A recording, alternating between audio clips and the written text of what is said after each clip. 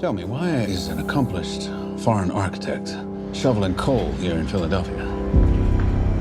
I'm afraid it is not so simple. Brutalist architecture is an architectural style that emerged during the 1950s in the United Kingdom among the reconstruction projects of the post-war era. Brutalist buildings are characterized by minimalist constructions that showcase the bare building materials and structural elements over decorative design. The style commonly makes use of exposed unpainted concrete or brick, angular geometric shapes, and a predominantly monochrome color palette. Other materials such as steel, timber, and glass are also featured. Descending from the what if I just read the entire Wikipedia page for Brutalist architecture? What if I just nobody gets to talk about the movie? I just talk about Brutalist architecture for an hour. Hi, welcome to Bomb Squad Matinee. I'm your host and master of ceremony, Tanner Richard Kraft, and with me I have... Hi, I'm Austin Sweebelman, and the gap between this movie and the previous feature shot on VistaVision is 1 year older than my father. I'm Bennett Kedge.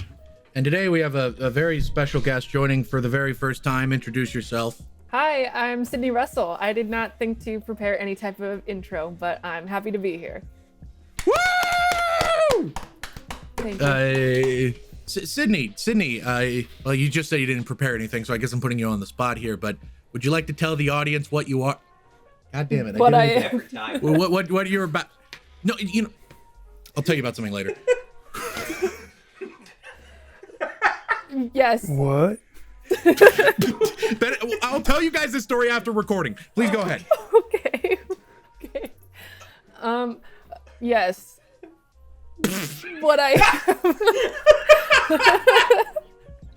Go ahead with what? That was a really good intro. Thank you for setting me up there. I appreciate it. Yeah. I'm Sydney. I know the Bomb Squad friends from college. I also went to film school with them, and I've collaborated with a handful of them in different capacities, and I've watched the Bomb Squad Productions channel for a long time, and I've listened to the podcast for a while. I'm a producer on short films, and I'm trying to make the jump to be more writer-director oriented, but we'll see. That's a little bit easier said than done. So hopefully this year will be the one where I can do something. Sydney most recently produced the most recent Bomb Squad production shot, Breakfast. She produced it with me and Scott, and she single-handedly saved the movie by stepping in to act when an actor dropped out at the last minute.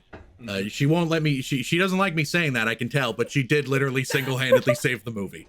So... Thank you. I do what I can. We're very excited to have her on the show, especially because, from what I understand, we're talking about a movie she loves, The Brutalist. We're talking about The Brutalist today, but before we get into talking about The Brutalist, we have a warm-up question, which I am struggling more and more with. I was so stupid early on wasting what's your favorite XYZ movie on like episode 7? Because now I'm like on episode 100, something we've recorded, and I'm like, oh, I already did this one. So our warm-up question today is, what's your favorite movie with an intermission? Mr. Zwiebelman, we'll start with you. They say that there are only two types of movies with intermissions. The biggest blockbusters of our grandparents' time and like every Bollywood movie that comes out. Of the heavy hitters, you got stuff like Seven Samurai, Ben-Hur, Lawrence of Arabia, some of the most widely acclaimed movies of all time. My pick for a favorite out of these would be Barry Lyndon. And I think I've mentioned this on the show before. I did my initial Kubrick watch through when I was like in middle school, and I still believe that the average preteen boy from Missouri could still like watch Full Metal Jacket and get a handle on its themes. Kubrick works really well for people on either like extreme of the bell curve. Cinema newbies are gonna like flip their fucking lids seeing the production design in A Clockwork Orange, and like longtime cinephiles are gonna do shit like marvel at the physically impossible things in the background of The Shining. But back when I was entry level, I left one Kubrick film out of my marathon on purpose. Barry Lyndon seemed like it would be impossibly fucking boring compared to the rest of Kubrick's catalog. But eventually, I gave it a watch in my early 20s, and now it's my favorite thing he ever made. It's a picaresque story about a guy with, like, Forrest Gump's ability to fail upward, although everything else about his demeanor more closely resembles, like, Conor McGregor. Barry Lyndon is a terrible scoundrel who survives like duels and fist fights and the 7 Years' War, all to ultimately be brought down by his fancy stepson, Lord Bullingdon. It's famously beautiful to look at. Production designer Ken Adam, who was previously famous for, figuring out how Bond movies are gonna look. He did such a wonderful job on Barry Lyndon. There's often this surreal effect where you feel like you're like watching some impossible document that's actually from the 1750s instead of like a period piece that was made the same year Jaws came out. The movie's remarkably funny, even funnier than Dr. Strangelove. And one of the funniest jokes in the film is delivered via title card, kind of like Animal House. Before the film begins, the first half is called "By What Means Redmond Barry Acquired the Style and Title of Barry Lyndon." Then the intermission hits right after he kind of like finally cheats his way into being upper class by like seducing Lady Lyndon. But after the intermission, they hit you with Part 2, containing an account of the misfortunes and disasters which befell Barry Lyndon. And if you're an adult who can suspend your disbelief long enough to properly engage with a 3-hour period piece set in like 1750s Georgian England, I cannot recommend Barry Lyndon highly enough. For fans of the 2007 movie Hot Rod, Barry Lyndon might be the only movie about a kid who wants to kill his stepfather that packs more laughs. Back to you, Tanner. I think you might be the first person in the history of like recorded thought to compare Hot Rod to Barry Lyndon. That's what I'm here for. Yeah, I respect the shit out of that. Barry Lyndon, great pick. That is also my favorite Stanley Kubrick movie. That's the first thing I have to say about Barry Lyndon. And the second thing I have to say is a visual gag. Look at these candles. Did Ralph the movie maker make those? Candles, get it? Because the lighting and Barry, okay. Oh! Joke failed. I was looking at the label on the candle and didn't just think of the candle itself. I'm a moron. Me too. I was like, cozy nights. I used to be really into. There was a brief period in my life last year where I was like buying a candle every 2 weeks. I don't know what was up with it. I then lost all my lighters and couldn't light the candles anymore, and then I just never bought a new light. Anyway, Tanner was single-handedly keeping the candle industry afloat. That is very true. Oh my god, candles smell so nice. You know. I understand that's not very masculine of me to say or whatever, but goddamn, you seen some of the shit they got? Yo, there's this fucking. I don't know why the fuck. Where is it? Where is it? You are so brave. So this one is named after my zodiac sign. I don't know what makes it Pisces smell, but it smells fucking amazing. It smells like Tanner Craft himself. Oh my god, it smells beautiful. I need to get a It's like lighter. the goop, Yeah, it says, it's the goop candle, but for your Pisces friends. yeah, Pisces. I'm a Pisces. What do you think One of the store. What are we doing? Where am I? I forgot to take my meds this morning. Bennett Kedge! What's that? your favorite movie with an intermission? Ooh, it's a very short intermission, but it's really clever how they use it to do a time jump in the movie. Okay. But the movie Life is Beautiful by Robert Benigni. Oh, They okay. do an intermission, and after the intermission, it's like 10 years, I think, or something like that in the forward. Probably less than time than that, but like there's a massive time jump, and it's a clever way of using that instead of just being like, how are we going to transition this movie, 5 to 10 years ahead? They just intermission and then you come back and it's a time jump. But it's also great because it makes the second half of the movie feel like it's like a sequel almost, because the first half of that movie could be a movie on its own. It's pretty much just like a love story without, all the genocide going on in the background. But it's like a really beautiful love story between the mother and the father of the family. And then after the intermission, time jump, and that's when the part of the movie that it's mainly about is when they are hauled off to a concentration camp and the father and son surviving that together and everything. And yeah, I just love the way that they use the intermission as a time jump. It's really beautiful use. That is a great answer. I also love Life is Beautiful. It's a great movie. It's a movie that shows that the Italians were worth keeping. Clip that right now. Brain conversi, life is beautiful. Those are the two primary cultural exports of Italy that I care about. If like, I've talked about this with Rain before. If like Italians ever became considered like non-white again, I'm fucked. Oh. There's so much footage of me my talking God. shit about Italians. I'm fucked. If they ever become like, if they're ever considered non-white again, I'm fucked. Austin, are you editing this? No, Tim is. He'll keep it in. Tim will keep it in. Poor Tim. He's gonna have to censor so much stuff that Tanner says. He never censors me. I build my own rope. All right, Sydney. Sydney, what's your favorite movie within intermission? You know, when I was pondering this question, the first thing that also came to mind was Barry Lyndon. I think that movie is cream of the crop. Everything that has been said about it thus far on this podcast, chef's kiss. I agree. But I was also thinking about theatrical experiences I've had with an intermission. And prior to The Brutalist, I've only encountered 2 movies with an intermission, like, that I've experienced. And one of them is kind of cheating because it's not actually an intermission that was in the print of the movie, but is kind of required due to the sheer size of the work. But the first one that I saw was The Hateful Eight in the 70mm roadshow. It had an intermission. I thought that was shocking 10 years ago because I was 16 or whatever. And I'd never seen that. And I, you know, when you're young, you're like, oh, Quentin Tarantino is the GOAT. He is the guy. He is that man that we all love. And then you grow up just a little bit. It's like what he said about Godard, like what Quentin Tarantino said about Godard, where he was like, I just outgrew Godard. Well, it's like, I kind of outgrew you.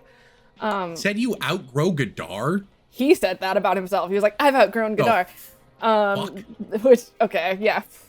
Sorry, not the point. I've just never heard that before. Yeah. Sorry. I was like, well, yeah. But so that was kind of just a remarkable one for me because I'd never really seen that, especially not experienced it. And but the main one that I think about the most, it's one of my favorite movies, and there were not 1, not 2, but 3 intermissions in it, was Bela Tarr's 1994 film Satan Tango, which has 3 intermissions that I saw when I experienced it. And I was thankful for them. I don't know if Bela Tarr himself would really prefer the film to have these intermissions. I'm sure he'd probably just want it to be taken in all at once. But when I saw it at Webster Film Series, there were 3 of them, and that was on a newly restored print, and it was just stunning. But yeah, that's a really harrowing movie about the fall of communism in Hungary, and it's so ambiguously period piece because it was made in the 90s, but just seems so not anything like we are used to seeing of that time. And it's one of my favorites. It is really not easy to get through at times, but it is staggering and shocking and slow, but beautiful stuff. Sydney, I'm gonna have to give you props here. We've done this show. We've done a podcast for like 4 years now, and goddamn, I think you're actually the first person to bring up. I can't even pronounce it. I never know how to pronounce it. Austin, have you ever brought it up? I don't think you have. Not just bring up, but you've seen it. That's like the film equivalent of being like, I got a business degree from Harvard. That's like one of the hardest titles you could drop. And Damn! I saw it theatrically too. I feel like that's not always something that anyone's fortunate enough to get, but I was very lucky, and it was a long day, but it was worth it. My only cool, like, I watched a long movie story is Empire. Ethan always makes fun of me for. Oh, shit. Empire, for the audience, if you haven't heard me tell this story before, is a movie that is a single 8-hour-long static shock. Superhero static shock. No, 8-hour-long static shot of the Empire State Building. I watched all 8 hours of it. I was trying to impress a girl. She never talked to me again. Worth it. Not worth it at all. It's only worth it in the sense that I can say I'm the dipshit that watched all 8 hours of Empire. Bellatar is slow, but it's not like video art slow. You know, like Yeah. God. Yeah. Does Empire like have like a story? Like, is there No, stuff going it is on a in front of static it? shot of the Empire State Building. But It is there is like the stuff Derek that happens Jarman in blue? the scene? It's just a shot of a building. No, it's just like someone put a camera on across the street and recorded the Empire State Building. So it's basically like one of those like loop things you put on YouTube when you're like the softcore like study music kind of stuff. Oh, okay. You said softcore, and I was like, whoa, hold on. I don't Calm know. down there, cowboy. No, I'm pretty sure Andy Warhol intended it to just kind of play in his art exhibits. He didn't intend for some 17-year-old kid 30, 40, 50 years later to be like, hey girl, check this out. I heard you're artsy. How did Yeah. that not work? It's a great question, Cindy. Ask myself it every day. Why didn't me wearing a bunch of makeup impress the emo girl? We'll never know. Anyway, now that I'm done humiliating myself, let's talk about my pick for my favorite movie of an intermission. This is a tough pick, and I did eventually reach the conclusion I was going to say Barry Lyndon. So thanks a fucking lot, Austin, for stealing that one from me. But then the more I thought about it, the more I thought, as much as I love Barry Lyndon, I think there's a movie with an intermission I love more. And it was a SpongeBob movie. SquarePants. That is correct. It was a movie that, as a matter of fact, I was lucky enough to see in theaters earlier this year. And that is Akira Brutalist. Kurosawa's The Brutalist. That's correct. No, Akira Kurosawa's epic 1954 samurai movie, Seven Samurai. Yo, you guys seen this shit? You seen the shit they do with swords in this movie? Have you seen the fucking action scenes in this movie? This shit came out in 1954. No. Well, Bennett, I love you, buddy. Man, Criterion recently did a 4K I restoration. need to get the Criterion. I want to get the Criterion. Wait, did I buy the Criterion? What Criterions do I own? It's a good movie. This is great content if you're just listening, I'm sure. What's a Criterion? Okay, Bennett, that's enough. Anyway, I really love Seven Samurai. Akira Kurosawa is obviously one of, if not the greatest filmmaker to ever live. Seven Samurai is beautiful. It's epic. It is so entertaining while also being like emotional. And that ending when they all just kind of like stand there and look at the graves of the samurai that died. When I saw that in theaters, I was not expecting this. I started like sobbing. It hit me in a way that I was not expecting. Which was embarrassing because no one else in the theater was crying. But Seven Samurai, amazing movie. I love it so much. And it is a great long movie with an intermission, which is so nice because good God, I have to pee a lot. So thank God for these intermissions, and thank God for the intermission in the movie we're talking about today, The Brutalist, which stands at a staggering 3 hours and 34 minutes, or about 3 hours and 18 minutes if you don't count the 15-minute intermission. It's long. It's epic. It's directed by Brady Corbet. He was in 13. That's a good movie.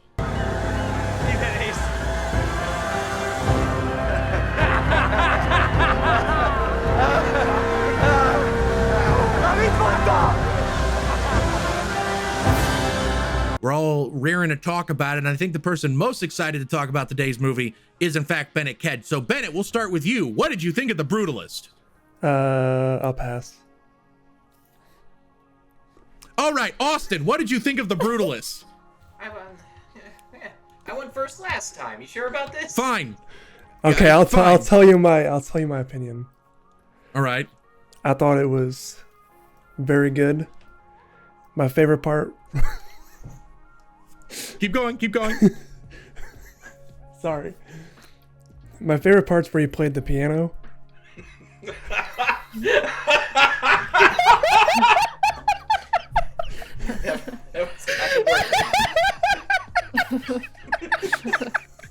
All right, Bennett, you've convinced me. This is a good bit. Nice. What bit? Exactly. All right. Bennett's correct. His favorite part is where he played the piano. I understand. Bennett watched a movie starring Adrian Brody playing a Holocaust survivor. Bennett is 100% valid and correct. All right. Is this not the one we Bennett, were talking about? Is that it? You know, you are living your truth, and that's what matters. Bennett, do you have anything else to say about The Brutalist? Yeah, it was brutal. And ist.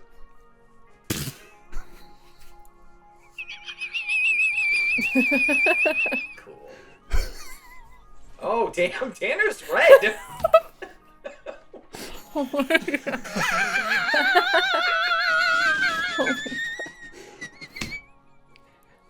Tanner is matching his sweatshirt right now.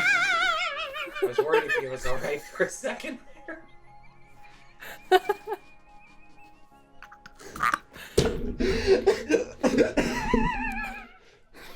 Hey, Tanner. Why is that so fucking funny? Oh, okay. I'm sorry. I'm sorry. I'm sorry. And ist really caught me. Good. Oh, it hurts. Oh, sorry. That really My- caught me off guard. My actual favorite part was where he played the piano when he ended World War II. That's the hardest I've ever seen Tanner laugh ever.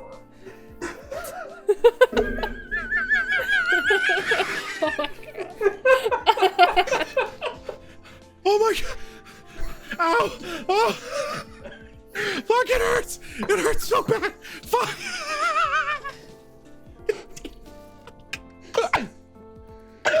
So antithetical to the tone of the movie. I'm gonna be honest. I don't even know what The Brutalist is about. Bennett has not seen the movie. Bennett yesterday came up to me and was like, yo, Tanner, can I come on the podcast? I was like, oh, did you see The Brutalist? And he said, no. And I said, oh, then why do you want to come on? And he said, you'll see. He did not tell me what joke he was doing. I will also be honest. Haven't seen The Pianist either. You were just telling me earlier how you had seen it. Everything for the bid. Wow. That's why I said my favorite parts where he plays the piano and ends World War II. It was like he played such a good melody on the piano that the Nazis were like, dang, we probably shouldn't commit genocide, and then they like just left. You know how they talk about, there's the glass breaking note that breaks glass, and there's, the famous brown note that makes you shit your pants. Is there like a note that immediately makes Adolf Hitler kill himself, and that's what the pianist played? That's only what I can assume, because I still also have no idea what that movie's about either. Okay. Back down to earth, everybody. And by everybody, I mean me. I will say this. I watched The Pianist at 200% speed earlier to try and catch up. Fucking hell. I love you so much, It Bennett. was a little hard to follow. I like the idea you had like another window with Subway Surfers, a little tiny window with like a Family Guy. Boring Roman Polanski film. Yeah, no. So you got the pianist on one screen. You got the Family Guy clips on the other screen. You have like Hassan's stream open on the other stream, or on the screen. Subway Surfer clips, Minecraft gameplay, AI read Reddit posts. Classic. What are we talking about? The Brutalist? I think I feel kind of lightheaded. I think I laughed too hard. It's the way the world ends. What if I died? What if I just died from laughing? That would be sad. That'd be pretty sad. Sydney, thank you for being the one to be like, that would be sad. That would suck. Meanwhile, Austin immediately started laughing. Yeah, I'm sorry. I feel so bad for whatever person has never listened to this podcast before and just said, oh, cool, people talking about The Brutalist. And then they heard some guy laugh so hard that it's not even audible on the microphone, I'm sure, just wheezing for 5 minutes. And then they tuned away at this point. This is the greatest show on the planet. Sydney, you're next. What did you think of The Brutalist? Well, I was pleasantly surprised by The Brutalist because I've been pretty outspokenly not that big of a fan of the works of Brady Corbet in the past. And I didn't really even like The World to Come by Mona Fastvold. I don't think it was terrible by any means, but past Brady Corbet works I've found to be kind of cruel for cruelty's sake, and I don't really resonate with that type of work. I found Vox Lux to just be the textbook definition of not my thing TM. And I was kind of hesitant about going to see this in theaters, and well, just watching it in general, because I didn't know exactly when the sick joke would happen, like when the other shoe would drop, when it would become a Brady Corbet movie. Because based on all the trailers and everything, it looked kind of like, you know, an American, like, sweeping epic film about, you know, like, this is going to be in the new cinematic canon of work, which you can't really say about Vox Lux or Childhood of a Leader or really any of those works, because those are kind of little freak movies in a good way.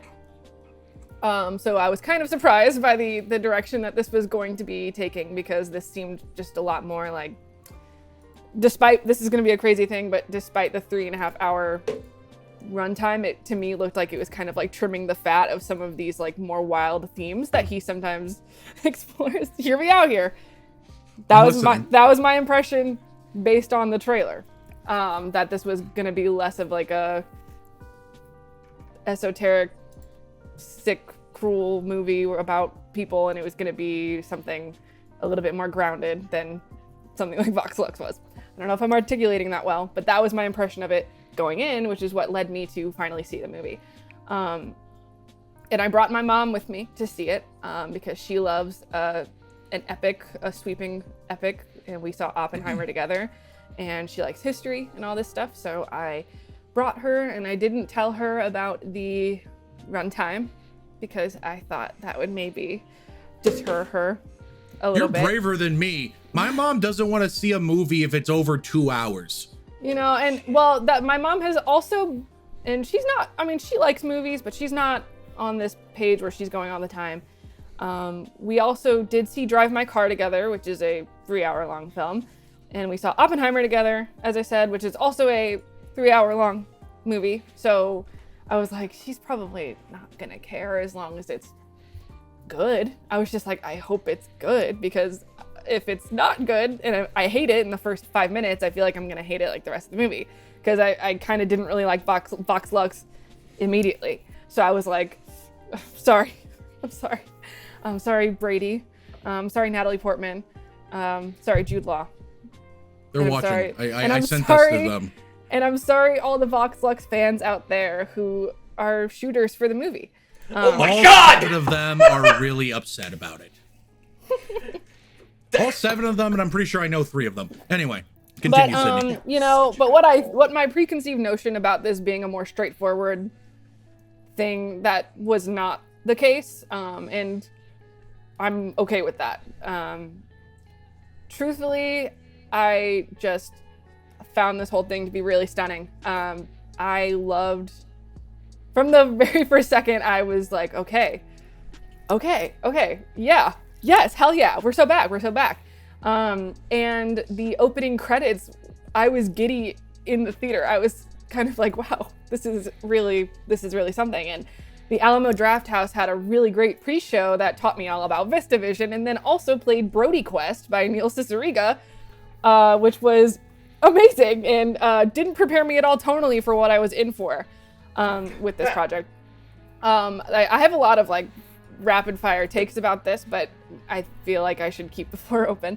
But my main thing is I thought all the performances were great. I thought it was a really, really just exceptional work. I thought the VistaVision looked beautiful.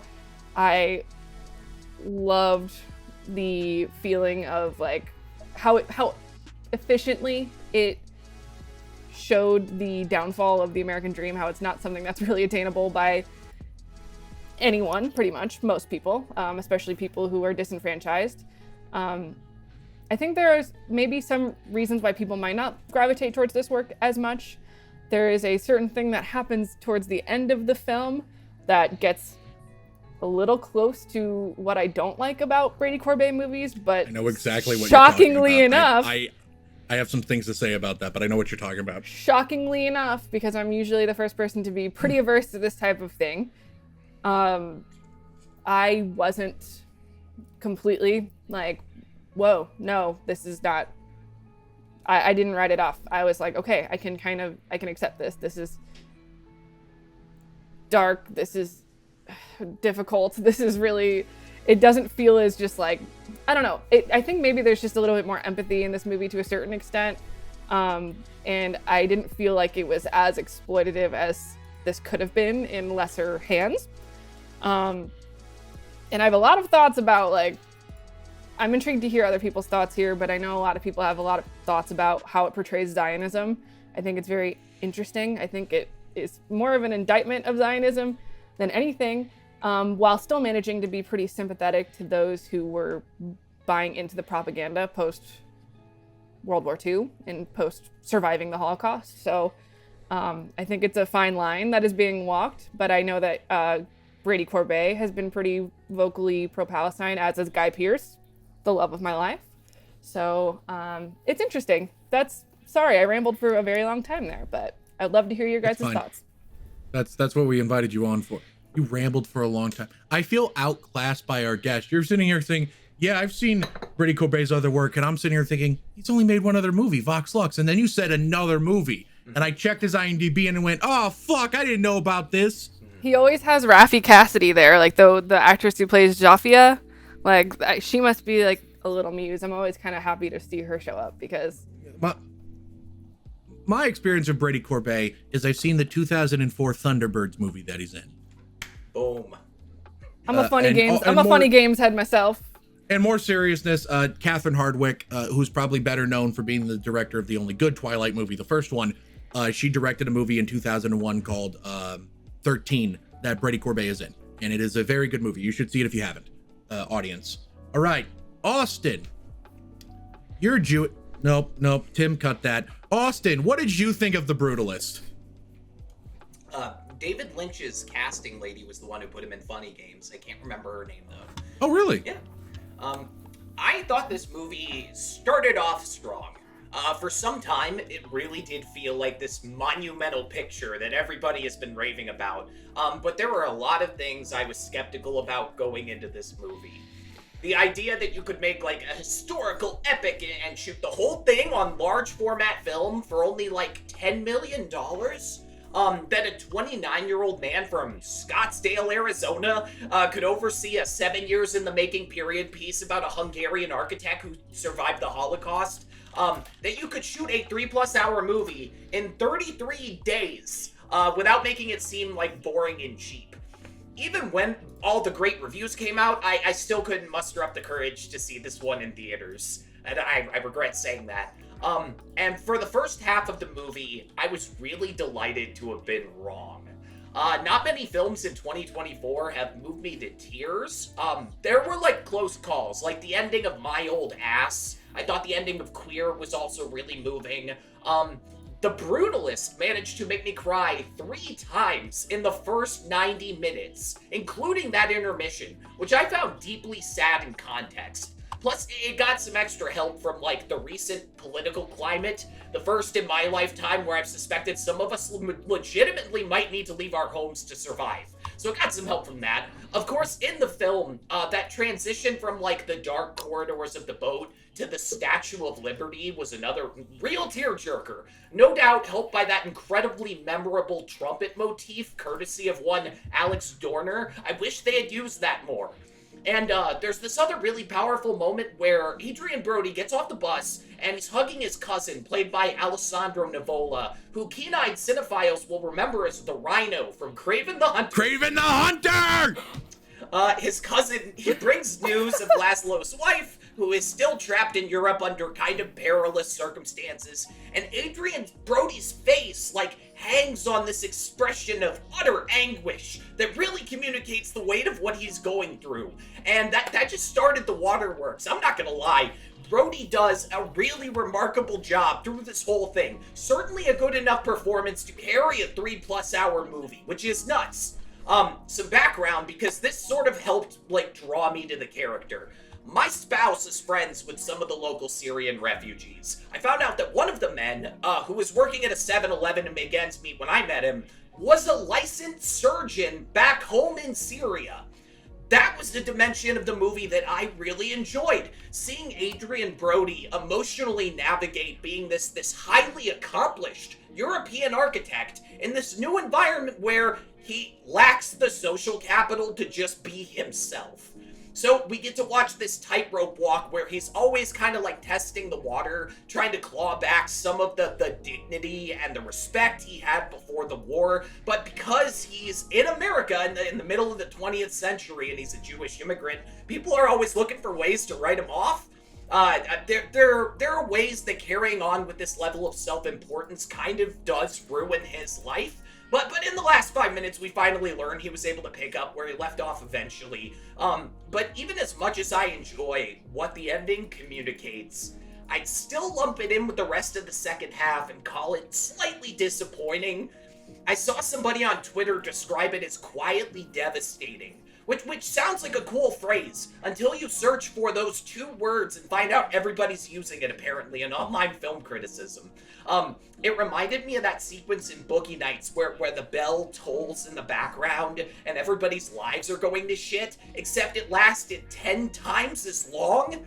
And I get that there's an intellectual reason the second half is just Laszlo getting punched in the nuts over and over again. It's about the erosion of the American dream, one disaster at a time. But the palpable absence of any joy whatsoever kind of made me yearn for some of the pleasant surprises in the first half of the movie.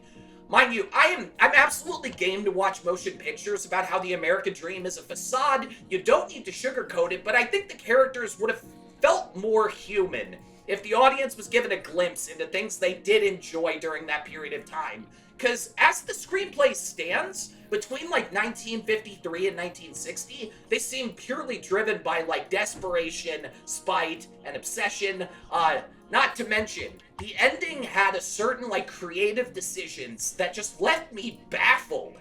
Brady Corbet and Lol Crowley made like 3 hours of really tasteful aesthetic decisions. I would say the VistaVision was worth every ounce of pain that they endured while shooting this.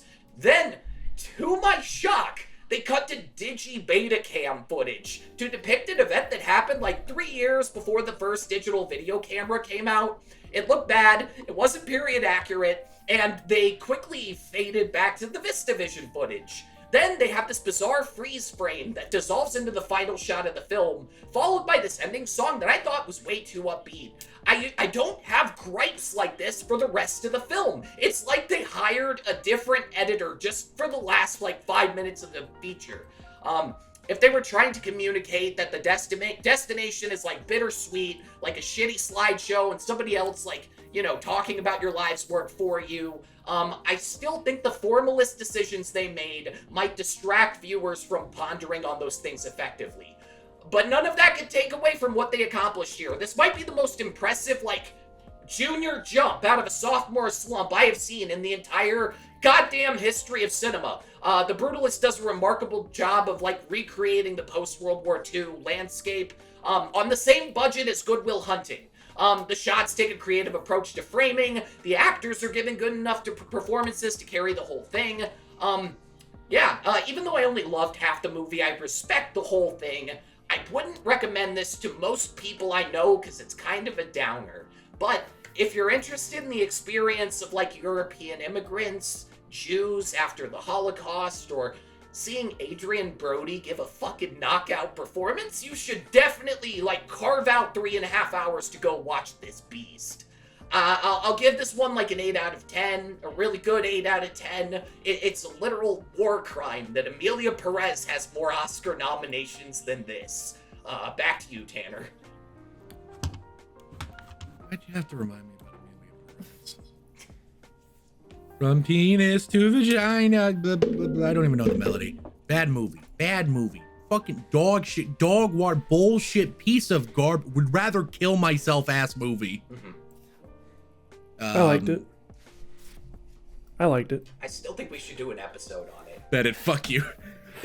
Austin, if you're willing to edit like a vidcast thing on Amelia Perez, we will do it. Hell yeah. Like you did with Thor back in the day. I just want those views. I want those sweet views to rain down upon us.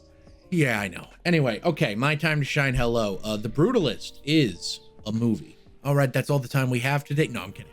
I fucking love The Brutalist. It is in my top 10 favorite movies of the year. It is my third favorite out of all of this year's Best Picture nominees, behind Nickel Boys and Anora, I want to say. Oh, and I'm sorry, fourth favorite, Dune Part 2, Nickel Boys and Anora. I keep forgetting Dune Part 2 was nominated because it wasn't nominated in enough categories. Not the point. Anyway, I fucking love Correct. I fucking love The Brutalist a lot for all the many reasons that you guys said. I thought the performances were just spectacular. I think this maybe is like career best work for Adrian Brody. And this is a very, very successful career for him. Like, I know Bennett hasn't seen The Pianist, but he is really good in The Pianist. Unfortunately, a good movie. Why unfortunately? He is quite good in what? Why unfortunately? Because Roman Polanski's a rapist. That's why. Anyway. I didn't mean to make you. I'm sorry. No, it's fine. It's fine. Cut that. Sometimes you just gotta be blunt. Guy Pearce is incredible in it, and I've always been fond of Guy Pearce. Felicity Jones is great. When she doesn't win an Oscar for this, that'll be upsetting. I can't wait to see fucking Zoe Saldana and Amelia Perez go penis to vagina. Yes.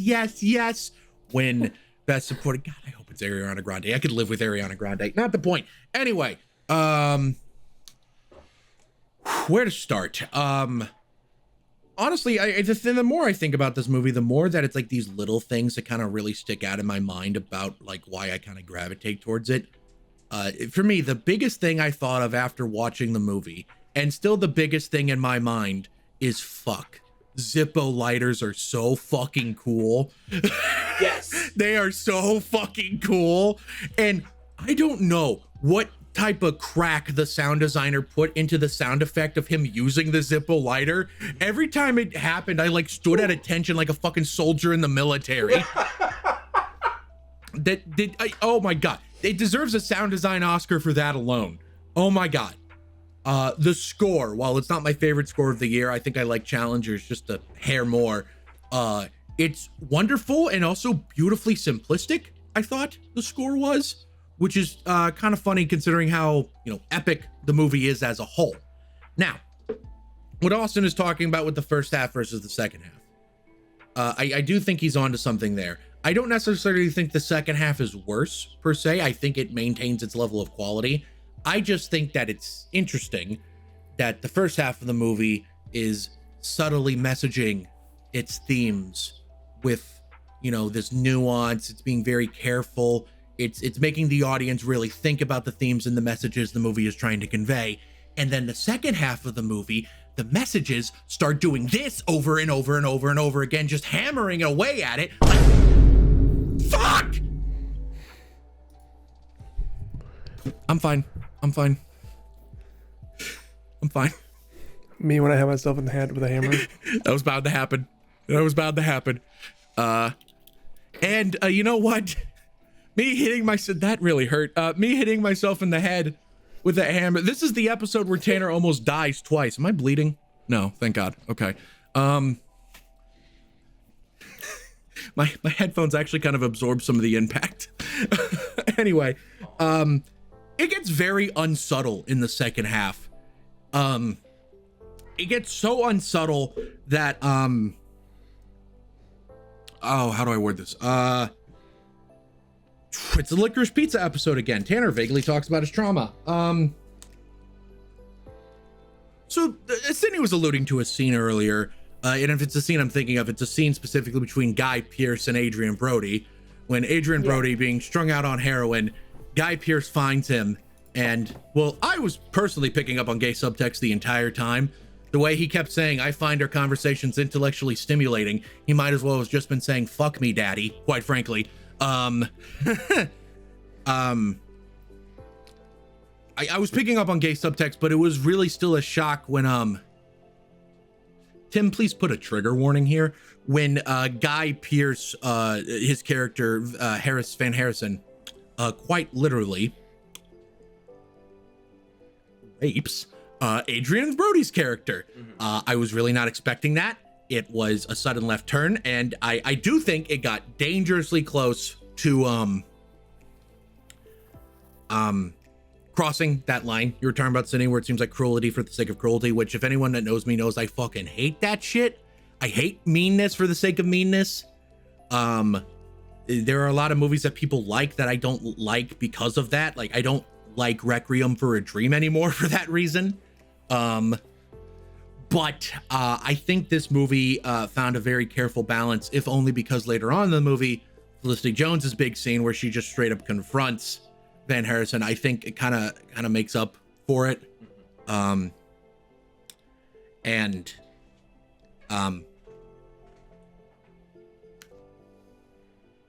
As someone with trauma relating to that kind of thing, I can get really finicky about depictions of that type of stuff. Like, the ending of Licorice Pizza almost ruined Licorice Pizza for me, even though it was nothing like this, obviously. But I can get a little queasy, finicky with it. So I think it's a testament to the strength of the movie that it didn't bother me that much. God bless you guys for sitting through this nonsense. And again, I think it's the performances that really sell it. And then just beyond that, I mean, performances, the writing is great. There are so many moments that I love, like the scene where Adrian Brody near the beginning is working on that like steel chair set or whatever, and there's that shot of him just looking down at the sparks flying. There's just a lot of shots like that that really stick out in my mind as powerful. But more than anything, Austin talked about it.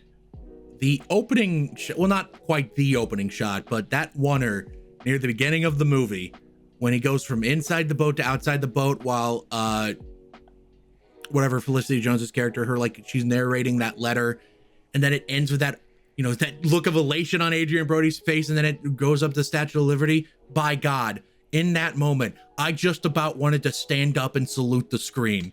I've never felt more proud to be an American. And then the movie spends the next 3 hours telling me I'm a dipshit for that, and I liked it. We're gonna move on to general discussion here because I'm just kind of like meandering at this point, probably because I might have brain damage. But we'll be back at you with general discussion after a brief commercial break.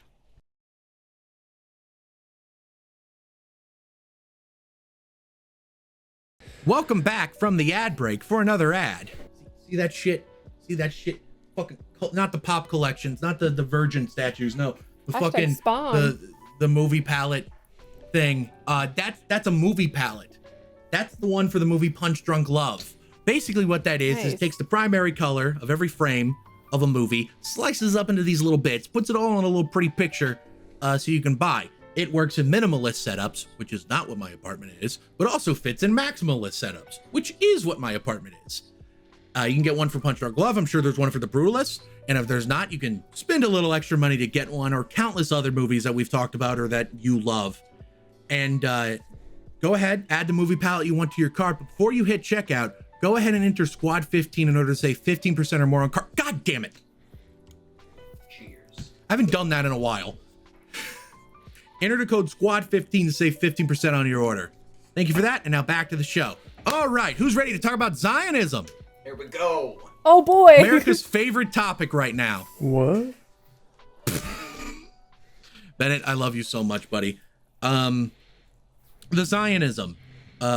We almost started talking about it during commercial break, which would have been no bad. Is that like discussions on Zion Williams, the New Orleans Pelicans? Yeah, the Brutalist really goes into detail about that. It takes a weird, like, after the intermission, it really dives into that. Unexpected. It just basically becomes Space Jam 3 in the second half. Yeah.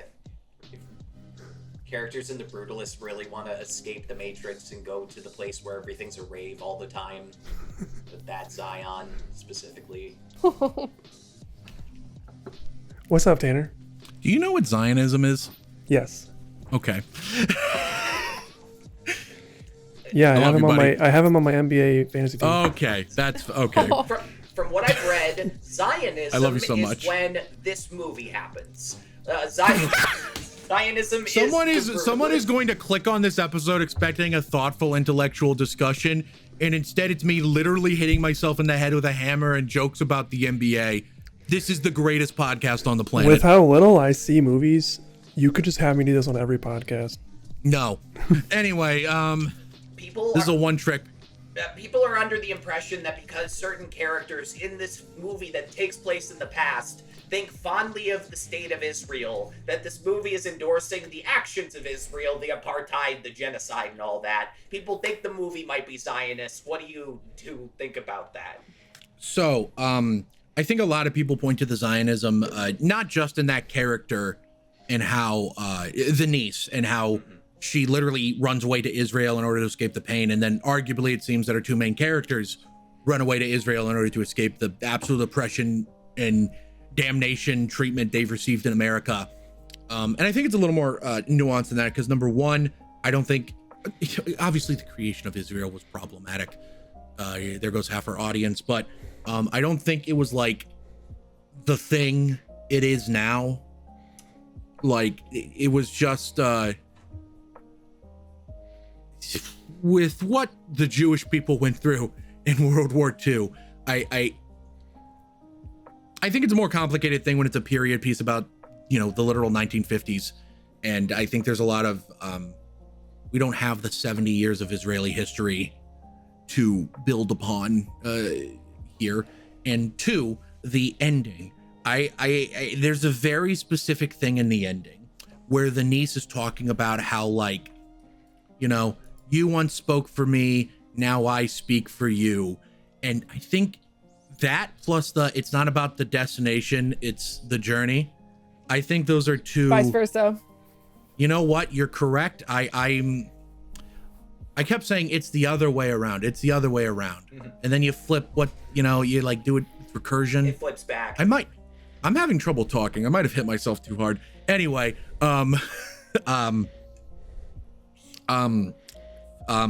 fuck me. She says it's not about the journey, it's about the destination. The destination, which we all know, that's fucking horseshit. Nobody actually believes that shit, except really hardcore Zionists. A lot of them kind of just see Israel as the end game, and that's all that matters. Who cares about how we got there? It's about the place, not the way you got there. And I don't know, I do think there's something inherently sad about seeing a decrepit old man in Adrian Brody, seemingly barely knowing where he is, and hearing a bunch of people talk about him, talk about his work, talk about what he meant, talk about his life when he can't fucking speak for himself. More specifically because when the daughter talked about how the Brutalist architecture, the you know, the big fucking community center, the thing that he's building the whole movie, oh, he wanted it this way because it represented the camp he was at in the Holocaust and something. And I hear that, and I don't think that's true. I think that character's just saying that I'm getting dangerously close to sounding like an anti-Semite here. So I'm trying to balance my words very carefully. Holocaust happened, for the record. I'm balancing my words very carefully here. And I will write you a pass. I will write you a pass to keep talking. Thank you. I never got the impression that Adrian Brody was so anal about how the place was designed because he wanted it to represent the tortures he went through in the Holocaust. I think he was anal about it because he's an artist and he wants things a very certain way. He wants things a very particular way. It's because it's his vision. I don't think there was I never got that impression from him throughout the whole movie. So in the final 5 minutes in this shitty ass looking digital video that looks so fake, feels so cynical, feels so not of what I just saw. And all of a sudden this chick that I have not fucking seen this entire runtime is trying to stand there and tell me that the past movie I just watched, that this character stands for a certain thing, when there has been nothing in the movie to indicate that man stood for anything other than loving heroin and brutalist architecture. I just don't buy it. So to me, it's funny considering the entire second half, as like I said before, is hammering its themes and it's subtle as a sledgehammer suddenly does something that I think is quite frankly very nuanced and subtle at the very end. But that is my interpretation, and I'm done digging my grave there. Does anyone else want to build on that shit? I do think it's interesting how so much of Laszlo and Erzsébet and Zsófia's story pre-coming to America is heavily alluded to, but not... And it permeates everything in their actions and in their emotions, but there's not a whole lot that is explicitly said. So I kind of understand what you mean when you might think that he's not associating his brutalist architecture with his experience in a concentration camp, because the movie doesn't really always give that. They don't have a lot of conversations about it. They don't have like, you know, like it's something that is obviously just so difficult and unimaginably painful that it's not something that can be talked about all the time. I mean, the niece is selectively mute because of the unspoken horrors, and it's an interesting movie about it's an interesting movie. I'm really articulate about how I think. Put that on the poster. Yeah, interesting it's movie. interesting. Sidney Russell. I give it 2 thumbs up. Also, It's interesting. a photo, a PNG of you in the corner going. There we go. But it's what I found so, you know, it's interesting because when I first watched the movie, the first half I was on board. It was, yes, incredible, 5-star movie. This is going to be the best movie I've ever seen in my life. The second half, I similarly had I still liked it. It was not enough for my rating to go below 4.5 out of 5 using the Letterboxd scale. But I had a similar experience with it. But I did actually kind of enjoy the very ending end, where it was jarring, but in a way that I was like, oh, okay, it's not necessarily a choice I maybe would have made as a filmmaker myself. It's not something I would have expected, but I'm intrigued, and maybe it's because Ariane Labed plays the niece in the older form, and I think she's really cool, and she's married to Yorgos Lanthimos, and I love that. I think that's a fun fact. But I thought what she says about it's not the journey, it's the destination is so sad. One, because of just these people have been displaced from their home and then their now second home in America, and they are now like at their destination, but they are displacing people in their own rights. And I think it's just about not feeling like you're ever truly accepted, never truly home, never really getting to be anything other than just like an outsider in any specific setting that you're in. And I think a lot of what she says about that is also reflecting what is the destination for Laszlo. I mean, he and his wife weren't exactly itching to go to Israel. They weren't planning to follow their niece to Jerusalem. That wasn't a part of their plans originally until they felt like they were kind of forced to, when they realized they were not accepted by their American peers.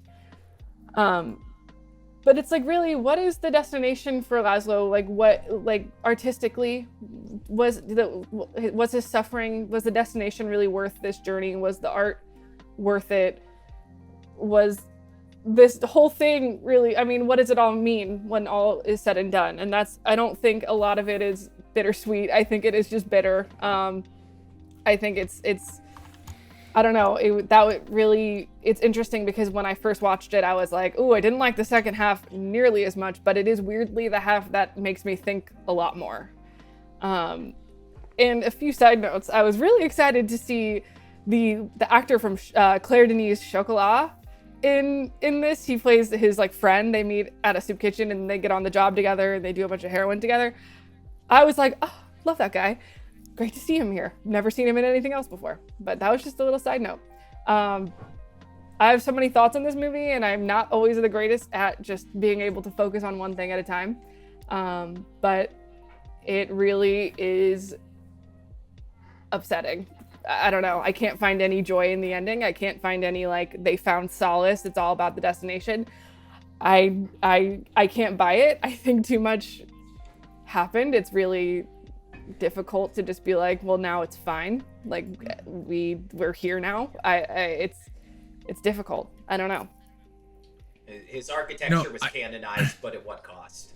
But at what cost? And now the memorial that he put so much of his life's work, it has like the masthead with the guy who abused him. Like, it is something that is now tied with him forever and ever and ever, that is also tied to the person who put him through so much unimaginable pain. And I can't imagine that it feels good all the time to look back on that. And yes, it's an amazing work that touches on something deeply personal to him, surviving the Holocaust and living as a Jewish person in places that aren't accepting of that. But it's, how do you look back on that with anything other than just the trauma of what you've experienced with the person that inflicted pain to you and to your wife and to your niece? Because, I mean, Joe Alwyn's character, the son, he's brilliant in this movie. He just seems so evil to his core. Loved it. They are both just villains, you know, and it's insane to watch. And I'm not making a lot of sense, but crazy. Making plenty of sense. It's crazy. It's just hard. It's hard. It's hard for me to feel any optimism about it at all, even though he's winning awards and he's being recognized. It's like, was it worth it all? Was it worth this pain? Was it worth this? Like, now that you're getting recognized, his wife is gone and he's not. And I'm not saying that I think there's any solid answer. I think that these are just questions that the movie is posing. I think it's kind of interesting to bring this up, especially because of Brady Corbet has been kind of the subject of talk recently. You know, this talk about, like, is all this art, just making the art ultimately worth it? Well, obviously the things that Laszlo experienced in this movie pale in comparison. Brady Corbet was on a podcast, I think earlier this week as of recording, where he talked about, like, yeah, I'm nominated for all these Oscars, and I had to do this commercial in Portuguese to make rent this month. Yeah. You know, which, boy, that is so reassuring to hear as someone that would dream to do this as a career someday. You can have an Oscar nominated movie. And anyway, and he wasn't even the only one. Yeah, I know. He talked to other Oscar nominated filmmakers and they were also like, I can't pay rent, boss. Which is not how I'd expect it to be at that level, right? It's great. No, you wouldn't think that. I guess maybe if you're in the studio system, that's a different thing. But yeah. No, even then it's crazy. So this film was also the subject of some controversy because the editor spoke about using two different kinds of AI in the post-production of this film. There was, I think, what was it? Respeecher? They used this Ukrainian kind of speech synthesis tool to enhance the Hungarian that Adrian Brody and, oh no, I'm blanking her name. Felicity Jones. Felicity Jones speak in post-production. Like, you could do... And to be clear, it is the Hungarian it's the part where they speak the language. It is not, like a lot of fucking people seem to think, their accent. It is not their accent when they are speaking English. Also, it's important to note that this exact same tool was used on Emilia Perez to enhance Carla Sofia Gaston's singing. And also, I think it's worth noting, if you actually read into quotes Brady Corbet has made about the software. No, sorry, someone texted me. Okay.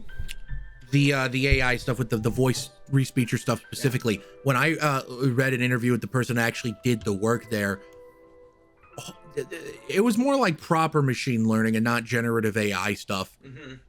The end result of what they were doing is something that Hollywood movies have been doing since they've entered the age of digital filmmaking. It's not really that different from auto-tuning someone's vocals in a song. It is kind of a very similar, nearly identical process. It's just because the technological industry wants to throw the AI buzzword on everything right now, on purpose. They want you to think that all these things, all these different types of technology tools are AI. So you will be more accepting of generative AI because you think, oh, AI is already in everything. So they rebrand tools. The Respeecher tool is an extension of a tool that has existed for 15 years. Yeah. It's a more advanced version of it, but it's just an extension of a tool that's already existed. They want you to lump that shit in with Gen AI, so you think, oh, well, Gen AI is already in everything. What's the point in fighting anymore? We've already lost. That is not the case. Please, for the love of God, the tech industry is the most evil industry on the planet. Please stop doing their work for them. They want you to just blindly call everything AI. Don't do it, please. We actually use machine learning for this show. We use Isotope RX9 to take the noise out of stuff. And Isotope RX9 uses machine learning and has been using machine learning for a while to figure out what the dialogue is in the waveform. It's very different from generative AI, which leads me to my next point. The other time they used AI, which is a little more interesting to talk about. This is more problematic. So, they used generative AI to help make the memorial video in the background of the last 5 minutes. The editorial team created pictures that were designed to look like shitty, like digital renderings from the 1980s. This is the one that touches closer to the, kind of the ethical border that everyone's concerned about. I personally, what is it? I think we should let this one slide. I'll just say my piece and get out of here. Because they're trying to make a historical epic on the same budget as Saw 3. I think they had stretched their money about as far as feasibly possible, and somebody on one of their teams wanted to save themselves time. I don't know if they would have had money to hire another person, because we're worried about people losing their jobs, right? That's my take. It might be a bad take. How do you guys feel about it? I also think, at least my interpretation of the events is that in the video itself, those images you're talking about, what I have been led to believe is the generated images aren't even what's in that video. Mm-hmm. They use generative AI to create concept art, and then an actual artist then built upon that to make real stuff. Now, again, Gen AI is in the pipeline somewhere, which... Ow. I could put the hammer down.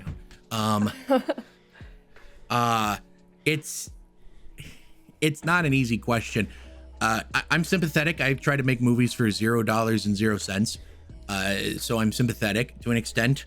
I do ultimately think, though, that even though I think it's maybe slightly on the border of what's okay, I do ultimately think as a situation, it's been completely blown the fuck out of proportion. You know what my take is on this film? Yes, Bennett. My take, I'm gonna borrow it from Rotten Tomatoes reviews. Okay. There's a Rotten Tomatoes review by a guy named James where he gave it 1 star because the soda machine was broken in the theater. And if that's the kind of review somebody's leaving on this movie, I can only say it must be an amazing movie. Hell yeah. Yeah, I agree. I will say about the soda machine thing. Yeah, I will say. To be a little bit more cynical about it, it leaves just a smidge of a bad taste in my mouth that it is a movie about the struggles of an artist while being partially benefiting from generative AI, which is not the work of an artist. I'm not trying to in any way liken or compare the struggles of like a modern artist trying to get work against AI versus like Laszlo Toth. Like I'm not saying those are the same struggles, but it is kind of just a little bit funny that it's a little juxtaposition. It kind of reminds me of like, no, cut that. I do not have a thought. Oh, poor Tim. I feel so bad for him. Sorry, Tim. He doesn't have to do this much editing. I was gonna try to make a weird connection about. It makes me feel the same way it was when I watched the Barbie movie, and it's like about Ken more, and I'm like, well, oh, okay. It's kind of a little bit antithetical to what it's trying to go for. I think in a way. Obviously, that's a way more extreme case, but it's just interesting that it's like the Brutalist. You should watch our episode on the Barbie movie if you haven't. We had our guest on that episode was basically saying the same thing. Lauren did so fucking good. It's funny. It is funny. It's just, yeah, I could talk about the Barbie movie a lot, but no, see, I get it. No, I get it. See, I liked it because Ken is pathetic like me. But then the Kens become an oppressed class, and the Barbies are oppressors, and I think that is also a really difficult thing to navigate in a movie that is supposed to be feminist, because we talked about that in the episode. What's the highlight called? Are there cops in Barbie Land? Like, but anyway, to get back to the are there Brutalist, cops in Brutalist Land? There. To get back to the Brutalist, I am also willing to accept that the AI was used, and I'm not being like, oh, it should be disqualified now. It's a shit movie now. Adrian Brody is bad now. I will admit, when I first read that, I felt my heart break just a little bit into a million pieces, because it is upsetting to read that, and it was only helped by actually learning how the AI was used. It was like, okay, it wasn't just entire scenes, just Felicity Jones isn't real. Like, I wasn't like, I was grateful to hear a lawsuit comes out, Felicity AI Jones the whole suing thing. the production. What the fuck? That's not me. She's You like, that's used my not me. likeness.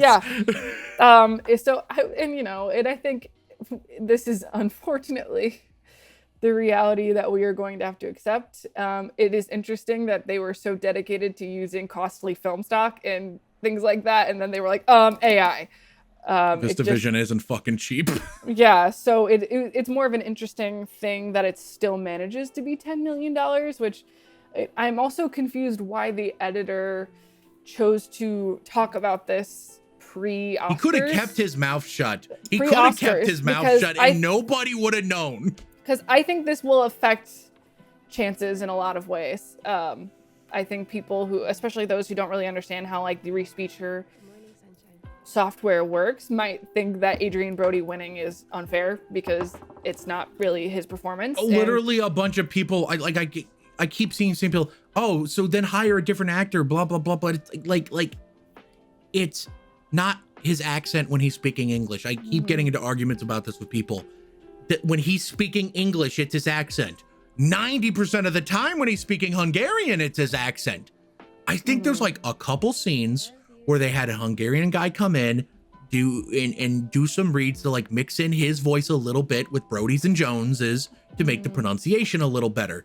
This is not that different from Auto-Tune, a tool I'm pretty sure we're all okay with. Actually, more akin to pitch correction, but still. Brady Corbet said that you could do the same, you could accomplish the same thing they did with re-speecher just by taking a lot of time in Pro Tools, just doing it the hard way. It mostly was a time saver at that point. It's proper machine learning where it's not supposed to replace a job, it's supposed to save time.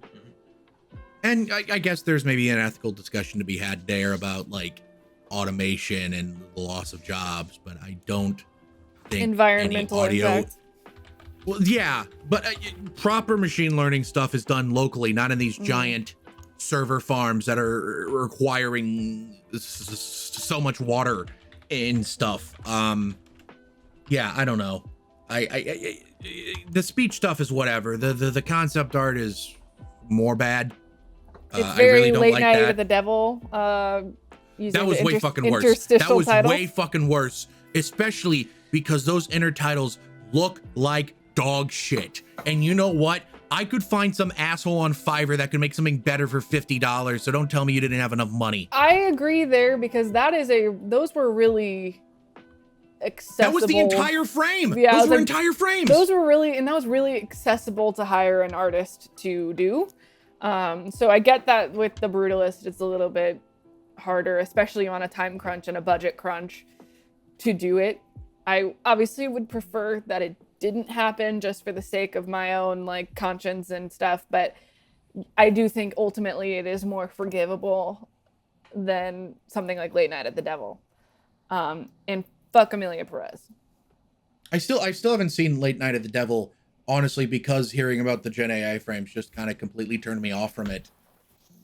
And much to Austin's chagrin, I'm sure, because I think Austin likes it. I enjoyed it. It was very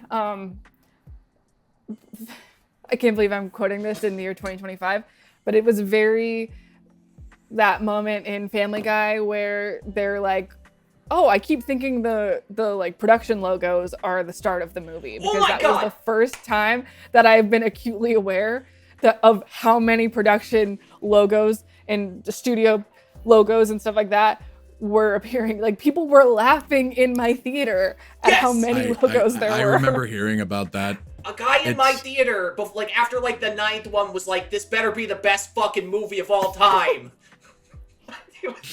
And it was. It's so funny because, like, if you ever, I don't know how many Indian movies you guys have watched, but Indian movies, especially like out of their studio system, have like 20 goddamn logos in front of them. Yep. We all remember that. So it's nice to know that the Americans are are ripping off the Indians. Can I say that? I can say that. It sounds worse than it actually is. I've decided I can say that. Nice. Did the math. The AI stuff is not great, but I'm ultimately, I think I don't like what it represents for the future, but I do also think that if we are going to effectively combat this in a way that it doesn't actually take jobs from artists, I think we're gonna have to pick our battles effectively.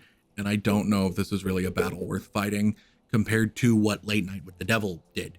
That I think is more of a battle worth fighting, because again, it's not just because, like, we're talking about someone generated AI concept art and then used that to build something that was then in the background of a shot for a few minutes, versus, I haven't seen Late Night with the Devil, but from what I understand, something that takes up the entirety of the frame. Like, it is the movie for a few seconds. There are levels to this shit, and I think it's not a battle worth fighting here. But also, fuck Amelia Perez. The person that's real. The real person, Amelia Perez. Oh, there's someone with that name out there. I saw like someone on Twitter say that like their coworker saw The Brutalist and got fucking angry when they went to look up something about it and discovered it wasn't real. They like said something like, "Why would you make a boring ass movie about a fake person?" It was one of the funniest things I've ever seen in my life. It's like the Lydia Tarr effect, where you're like thinking Tarr is a real person when you see the movie, but it's not. She's like, much like professional wrestling. Lydia Tarr is real to me. Lydia Tarr, I once saw Lydia Tarr at the laundromat, so. That's, same. I once saw Lydia Tarr. It's funny to bring up Lydia Tarr, because I think there are maybe some interesting comparisons to be made between the ending of Tarr and the ending of The Brutalist. In like that sort of like in the way it interacts with art. If I hadn't given myself brain damage a half hour ago, I might be able to articulate this better.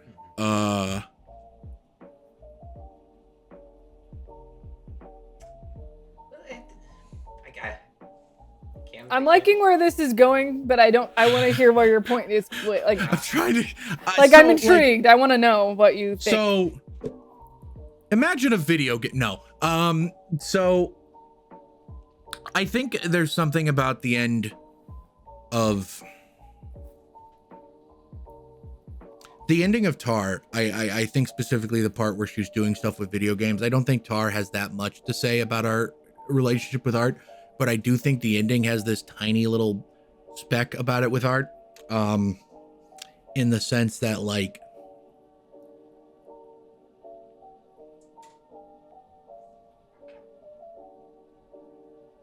man, I can see Tim's face. I'm thinking so hard right now. I am thinking so hard right now, I promise. Trying to come up with a thesis for a video essay in real time. Yeah, welcome to 10. You should have seen, there was a moment on set last weekend where I had to think of something and I literally started squeezing my temples saying think over and over again. Brain blast. Yeah, literally I was trying to do a Jimmy Neutron brain blast, and I'm trying to do that right now. Okay, so with Lydia Tarr at the end, there's a couple of things about the ending of Lydia Tarr in the regards to two things. One, she's all of a sudden in this international thing and she's just doing pre-written music, pre-recorded music, basically. One, and two, she's wearing headphones, a click track. There's a whole thing throughout the whole entirety of Tar where she's talking about time moves when I do. I control time. and now she's forced to listen to a click track. There is a loss of voice in regards to the control of her art. She is losing the control of her own art. Tentatively, the end of The Brutalist, where the niece is just speaking for Adrian Brody and is just talking about, oh, I'm a voice for you because you don't have a voice anymore. So in a way, they are both artists that have completely lost their voice due to completely different circumstances. And that's it. Goodbye. Okay, I'm picking up what you're putting down. Yeah, all right. Excellent stuff. Yeah, I can the same. Can't do that do you bit think? twice an Do you episode. think that? Poor Tim. Do you think Lydia Tarr would agree that it's not about the journey but the destination? Yeah. See, thank you, Sydney. You're making me sound smarter. We need to get her on more. This is great. Do you think that Lydia Tarr is happy with the destination of her ending, like being, like conducting for like Monster Hunter or whatever? That it's been a while since I've seen the movie. I don't think that movie is saying that that's an inherently bad thing to end up as, but I think it's something that is bad to her. Exactly. I don't think it's inherently a bad thing, but it's bad to Lydia Tarr. And I think Adrian Brody's Laszlo, I think him being without a voice there at the end is bad to him and also bad to us, but bad to him. Mm-hmm. Also, Lydia Tarr is probably a Zionist. Stay woke, gamers. Petra's father, probably a Zionist. Kim Petras? Kim Petras. No, in Tar, she says that she introduces herself as Petra's father. Oh. Their daughter. I thought you said Kim Petras. Kim Petras. I was like, Hope what the she's fuck doing does the well. I unholy haven't. chick I have was to gonna do say, with any of this? I haven't heard from her in a while. Not that I know her personally, but Is she- what's she up to? Sydney reveals Kim Petras is a close We're personal friend of friends. hers. Yeah, You know I what? love It's my understand- coconuts. I'm besties with Hunter Schafer. I get it. Yeah. I am Jealous. Hideo Kojima. Can I say that? I don't. We should. I love. Do we have anything else? I love the. Go ahead, Austin. I was about to say it's like 90 minutes. Is Tim gonna murder us? We're at the like What? 90 Oh minutes. God, we have to end this. Dear Jesus. Austin, what are your final thoughts on The Brutalist? Give me just a second, boss. I love the idea of a project that tells indie filmmakers, you too can shoot on large format film and get that IMAX release. That one thing I really agree with Brady Corbet about is that like large format presentations are the future of cinema. Again, I have mad respect for this picture and everybody who worked on it. Back to you, Tanner. Bennett, final thoughts. He's probably not at his computer right now. Sydney, final thoughts. To reiterate, I loved this movie. There were moments that filled me with emotion that I had previously thought just I was devoid of, because movies just haven't been hitting me in a lot of ways, especially theatrical ones that I'm seeing. There were moments as early You as should the watch first... Better Man. Maybe I will. The Brutalist, Better Man. Okay, The Brutalist, but what if he's a monkey? I'm sorry, Cindy, continue.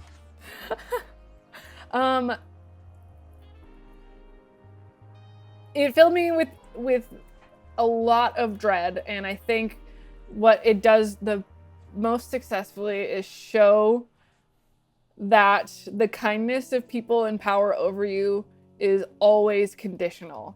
The Van Buren character, or Guy Pearce's character, makes it abundantly clear that while he likes Laszlo and respects Laszlo and thinks he's so interesting and so intellectually stimulating, he can revoke it. He is in a position of power.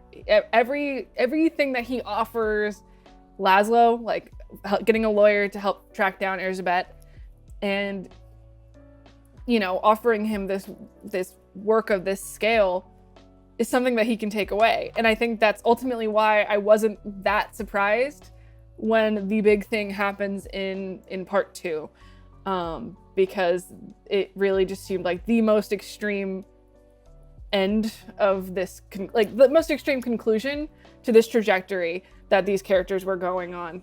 It was far more destructive and violent than I was expecting, but I just knew, even in the first part where everything was going swimmingly, that this was something that was going to crash. And I think it just paints the picture of the downfall of the American dream not being real. Everything's fake. Everything is propaganda. I think it does that really well. And I think it is very sad and beautiful and staggering epic. Great movie. I think I'm on the Brady Corbet train now. I'm excited for the next one. Hell yeah.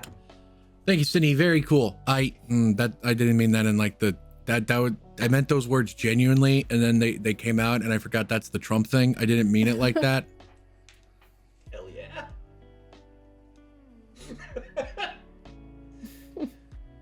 I actually think I fucked up something in my head earlier, guys. I'm not kidding. I'm having more trouble thinking than I was 90 minutes ago.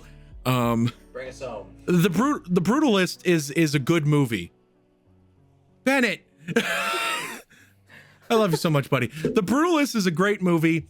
It's a very depressing movie. It's a very epic movie, but like good movie, not like epic movie is Epic Movie 2007. That's a bad movie, but this is a good movie. Thank you for watching this episode of Bomb Squad Matinee. If you are listening to this on any of the audio platforms we're on, thank you so much for tuning in. We really appreciate it. How about you leave us a review? It helps boost us in the algorithm or something. And if you are listening, how about you mosey on down over to our Patreon? For the $5 tier, you can get access to commentary tracks, and one that's going to be coming out around the time this episode comes out is a commentary track for Swiss Army Man. I recorded it in New York with James. It's a lot of fun. And if you want to listen to that commentary track, all you got to do is pay us $5 a month.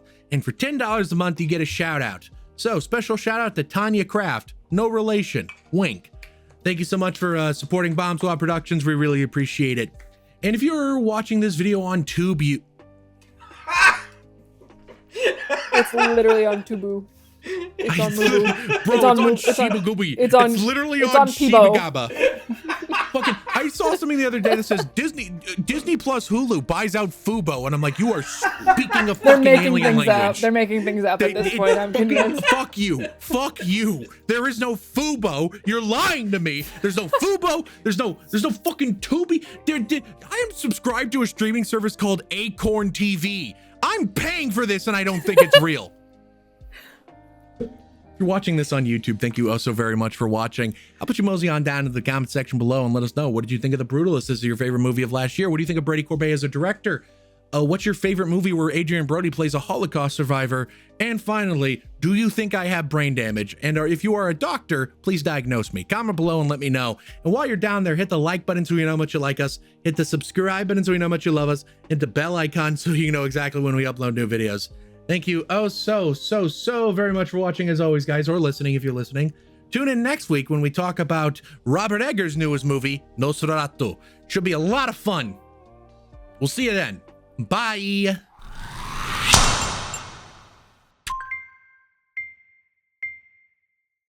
slid my ticket across the table and I said, sorry guys, I gotta see about a girl.